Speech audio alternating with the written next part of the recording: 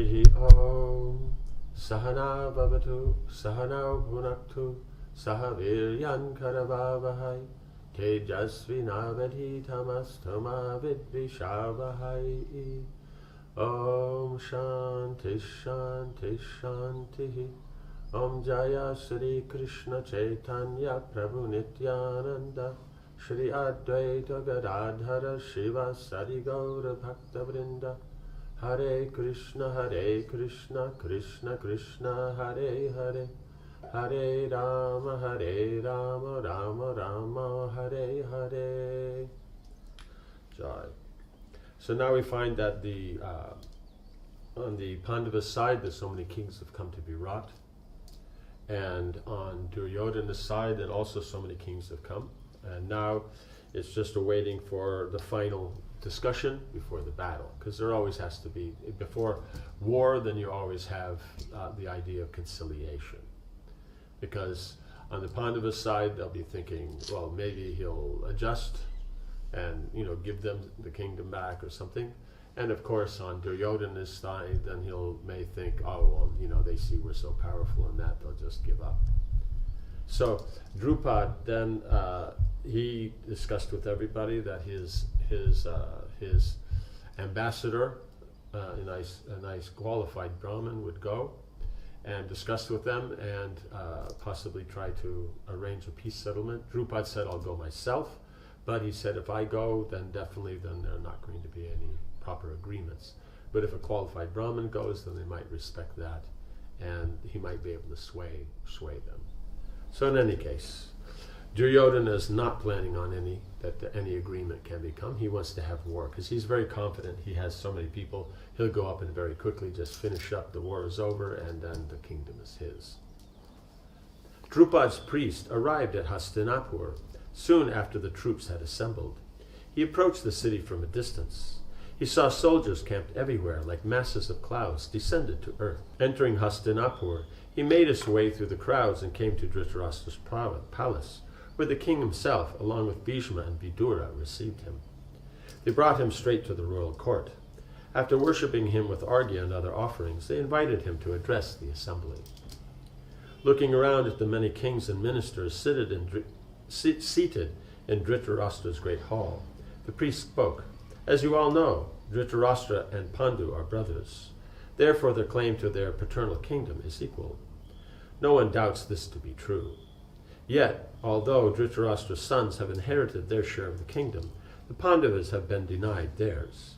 Dhritarashtra's sons wrested the Pandavas' kingdom and wealth, which they had fairly acquired through the practice of virtue. Even before that, the Kauravas attempted to kill their honest cousins in different ways. Because the Pandavas' life duration has not expired, the Kauravas were unsuccessful in their attempts. Despite all this, Yudhishthir bears no ill will towards them. He has accepted all tribulations without complaint. Now he wishes only to have his rightful property returned.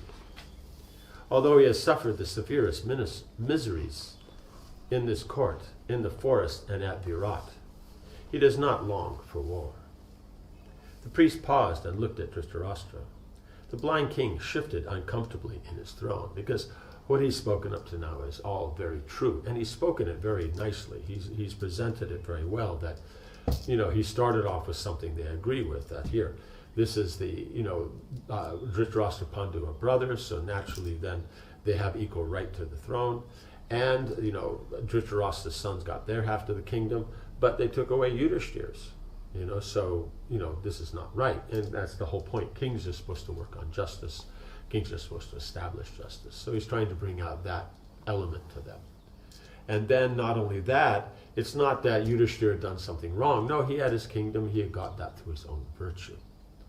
And that was taken away from them. So, and even though it was taken away, they've suffered, as he mentioned, in the court, in the forest, and in Virat. Still, he bears no ill will and doesn't wish to fight. He just wants his kingdom back. That's all. The priest paused. Shafts of sunlight entered through the latticed windows, illuminating his pained expression. By his side, Bhishma and Vidura slowly shook their heads, remembering again the terrible day when the Pandu's sons had been sent away. They looked intently at the priest as he continued, right? Because Dhritarashtra, even though he knows it's right, and that's what should be done, but at the same time, his son is so intent on not giving anything, and he has such attachment for his son, that he doesn't want to disappoint his son, even though that may be, the consequences aren't good. And he knows that. But at the same time, he's hoping that, well, it's wrong that they took away their kingdom, but they got it anyway. So maybe, even if Duryodhana does behave badly, maybe it'll still end up all right. He's just hoping against hope. So the priest continued. The Pandavas wish for a peaceful settlement. They do not want to gain back what is theirs by ruining the world, right? Because by this war, the whole world has shown up, right? Forgetting the troubles these last 13 years, they are prepared to live in friendship with their cousins. But their kingdom must be returned, right? It's not that they're just going to just swallow it, no. They have gathered 7 Akshauhinis and prepared them for battle. Although you have a greater force, you should not consider yourselves more powerful. The Pandavas have Krishna on their side, who possesses inconceivable power. They are also assisted by Drupad, Pandya, Drishtadyumna, Shikandi, and other mighty monarchs. Each of the Pandava brothers is a Mahabharata capable of contending with vast armies single-handedly. Arjuna alone exceeds the strength of your entire army. O descendant of Bharata, what man would dare face Dhananjaya when he comes out to fight, his chariot guided by the immortal Keshava? Therefore, act according to virtue. Give back what should be returned. Do not miss this opportunity, right? Because he has the opportunity now, Dhritarashtra. Give him back the kingdom, everyone stays. Duryodhana is going to be upset, but at least Duryodhana is alive and they go on and live their life. But if they have this war, then because they are actually wrong, then it's going to end up that there's going to be nobody left. Pandavas will be left, but nobody else.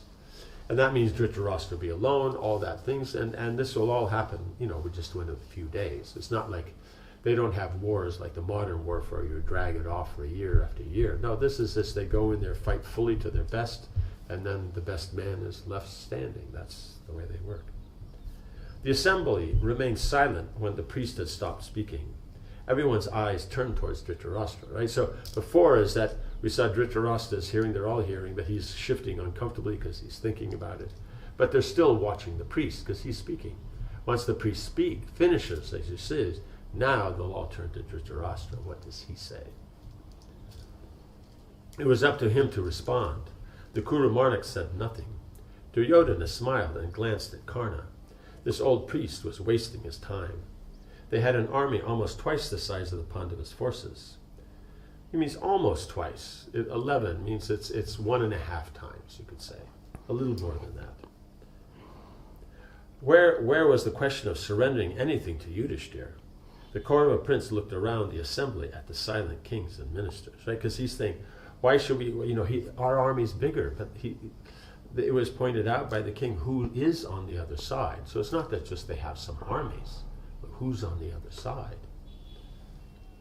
Bhishma broke the silence. He thanked and praised the priest with gentle words, right? Because that to come into that assembly under the aspect of war, he could consider it dangerous, but no, they're respecting him. Then he said, O learned one, it is fortunate that the Pandavas are doing well and that they have secured the assistance of many kings. It is especially fortunate that Damodar, Krishna, has taken their side. It is fortunate indeed that they desire to act virtuously and that they wish for peace. You have spoken the truth. Your words are sharp, in keeping with your status as a Brahmin, right? Because the Brahmin should speak truth. He's spoken it, you see, very pleasantly, but it doesn't mean that the points he's making are not exact and sharp. But he didn't say anything in an excited mood or an angry mood or using bad language or rough language. He spoke it very eloquently, but very exact. All the Pandavas have borne many troubles and are certainly entitled to their father's wealth. Not even the holder of the thunderbolt can keep that from them, right? What to speak of those bearing the bow, right? So he's saying he's kind of subtly hinting also the point that if they can defeat the demigods, then why would somebody of the earthly realm, the mortal realm, why would they be able to defeat Dhananjaya, right? There is little doubt, as you say, that Arjuna alone can defeat our army. He stood against the three worlds. Right? He went out and defeated the demigods themselves couldn't defeat the Nivatakavachas. He went out and defeated them. Plus another group that they couldn't defeat. They just happened to be passing by at the time. Without looking at Bhishma, Karna sprang to his feet, catching Duryodhana's eye. Right? Because he wants to, see the Duryodhana as well. Because he's going to speak on Duryodhana's half, so he wants to, catch his eye. Okay, now I'll say something. He barked at the priests, insolently interrupting Bhishma. Right? So that's the thing, is that they have no culture here. Even though, they're there, Bhishma has to be respected by them all. Bhishma speaking, he may not like, but you let him finish. And then afterwards you say, yes, the old man here spoke so many things, but, there's these considerations. No, but they just always do. They behave badly because they see the Dhritarashtra. He doesn't stop them. "O Brahman, you waste your time. Yudhishthira was fairly defeated and went to the forest in accordance with his vow." Right, with accordance with his vow. He was fairly defeated. Okay, but now he's back. I do not believe that the prescribed term has even ended. In his mind, it's there's still another 257 years left. Whatever it is that he thinks. Because in his mind, he went out, he was going to fight, he was going to defeat, but then everybody said, no, it's actually, the time's up. So he still doesn't believe it. Why then are the Pandavas demanding their kingdom? Because he says, it's not time yet. Duryodhana will not yield even an inch of land out of fear, but out of virtue he could give them the entire earth. Right? Out of fear, as you're saying, you're coming, we have 7 Akshauhinis, you're this one, that one. Out of fear, he won't yield anything. Even though you do see that when Arjuna alone came out and attacked, just split the cows off from the army, he ran back to the other half of the army. He didn't stand and fight there. No, he ran back. That was his first. Then later he came out, but he was defeated. He was defeated twice. And Karna was defeated twice in the same day. And the whole army was defeated. Right? So, but because they're attached, these kind of logical points don't sit with them. They don't believe them because they feel what they feel is, their feeling is that their desire should be accomplished. They don't look at the reality. Let the Pandavas first keep their vow and then come humbly before Duryodhana, who will doubtlessly afford them refuge. If they desire to abandon righteousness and seek battle, however, they will meet only grief. Right? So now he's pointing out they're actually supposed to be in the forest. Because his point is, no, they were supposed to be in the forest. We found out who they are. They're supposed to be back in the forest. But if they want, they can humbly come before. But Kshatriyas don't do that. So you see Karna all the time, he's always trying to insult. Because he, being a Sutta, Duryodhana is the only one that accepts him as such, as a Kshatriya. I mean, technically he is a Kshatriya, but his character said everybody else doesn't like that. So therefore he always tries to see that others are insulted and humbled. He feels that. He tries to make others that way. Right? So it's like, and then he says if they want to abandon their righteousness and seek battle, and then he's making, if you want, if you want, in other words, Duryodhana is starting the whole war. He's not far, but if you want to give up righteousness and have a war, then it's on your head. You'll always find the criminal mind always tries to put it on your head. They're doing something wrong that has consequences, then they say, if you do this, then this will happen, and it will be all your fault. No, why are you here in the first place? Why did you have the gambling match? Why did you take everything away? Why aren't you giving it back now like you promised you would in the beginning? What about that point? But they always say, no, it's you. So that's it's just the standard demoniac mentality. Karna glared at the assembly. Both he and Duryodhana refused to accept that the Pandavas had fulfilled their vow. It means astrologically, they just don't accept it. Because they were supposed to find them. Right? They knew there was only 2 weeks left in their mind. But still, now this is afterwards. This is some weeks later, right? And they're still saying, no, no, no, it's not over yet. Like that, because their thing is, we're going to find him, send him back to the forest. They didn't find him. They didn't send him back to the forest. And not only that, they were all dead. They did not believe that Bhishma's astronomical calculations were correct. According to their own estimations, there were a few months left, right? So in their mind, it's not even time yet, and we found you. Duryodhana would not even consider negotiating with the Pandavas. So it's just like, even if it was over, he still wouldn't. The prince nodded in agreement as his friend spoke.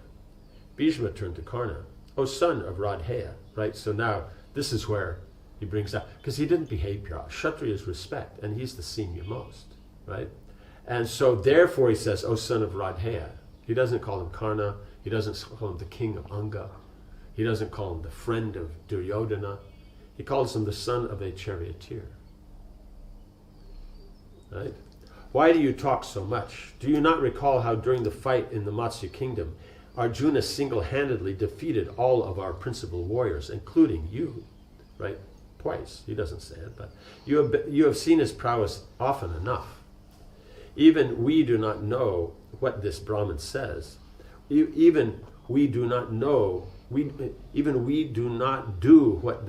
If we do not do what this Brahmin says, we will all be killed. That's his point, is if we go to war, we're all dying. It's not a matter of, and basically the only one in this assembly that won't be dead, right, will be Dhritarashtra. Right? Basically everybody else will be dead. Some of the kings present agreed with Bhishma, while others praised Karna. Right, because, the Kshatriya shows prowess and all that, but he's also supposed to use intelligence. That's the point of Bhishma. The hall buzzed with voices, and Dhritarashtra raised his hand for silence. He rebuked Karna and then solaced Bhishma. Then he addressed the assembly. In my opinion, Bhishma has spoken well. He speaks for our interests and for the interests of the entire world. Because, see, Duryodhana is just looking at it. It's just a kingdom thing between him and the Pandavas. But what he's not actually calculating is that the armies of the whole world are there. And none of them will go back. I mean, not one man will go back. So he's not caring about the war. As a Kshatriya, he's supposed to protect the citizens. But by this war, there will be no kings left to manage the planet. They'll all be killed in this battle. And so then that will just perfectly play into the hands of Kali Yuga. Kali Yuga is then ready for, where are the righteous people to maintain justice? I need time to deliberate. Let the assembly be adjourned. O Brahman, go back to the Pandavas and tell them that I shall send Sanjaya soon with my reply. Means he wants to think about it, because for Duryodhana, we'll just go to war, we'll beat them and all that. But Bhishma has spoken and says, no, we took out a big army, not even just a small, big army, just to, make a point. And Arjuna alone defeated him. And that was with this boy driving, who was a good charioteer. But if they have this battle, Krishna's the charioteer. And not only that, Krishna being the Supreme Lord, whatever he desires, that happens. So if he's supporting the Pandavas, the other side is finished. It's just, that's it. Like that. That's why Balaram said, Krishna's already chosen sides, I'm not getting involved. Because why support? It's already done. They're already defeated. After the priests had been worshipped by Dhritarashtra's court, Brahmins, he left the assembly. Everyone then returned to their own abodes, leaving Dhritarashtra alone with his personal servants. The blind king pressed his hands together. There was no doubt that Bhishma had spoken wisely, as he always did. He always gave good advice, but his attachment, he couldn't follow it. But this is now a little more. They're going to war. And in this case, it was just a matter of saving the cows. And so that and stopping their attack of the kingdom at Virat. But if he actually wanted to kill, the only reason he didn't kill Duryodhana and his brothers is because Bhishma had vowed to. Otherwise, right at that time, he would have already killed them. Like that. Dhritarashtra could not ignore his assessment of the situation. especially when it was shared by Vidura, Drona, and Kripa. These were all learned and virtuous men. To dismiss their opinion was a perilous course. Now they were imploring him to control Duryodhana and return Yudhishthir's kingdom to him. So he knew this was correct, and that's what these great personalities are saying. So now we will see what is his final decision. Om Hare Krishna, Krishna Krishna, Hare Hare, Hare Rama, Rama Rama, Hare Hare. Jai Srila Prabhupada ki Jai.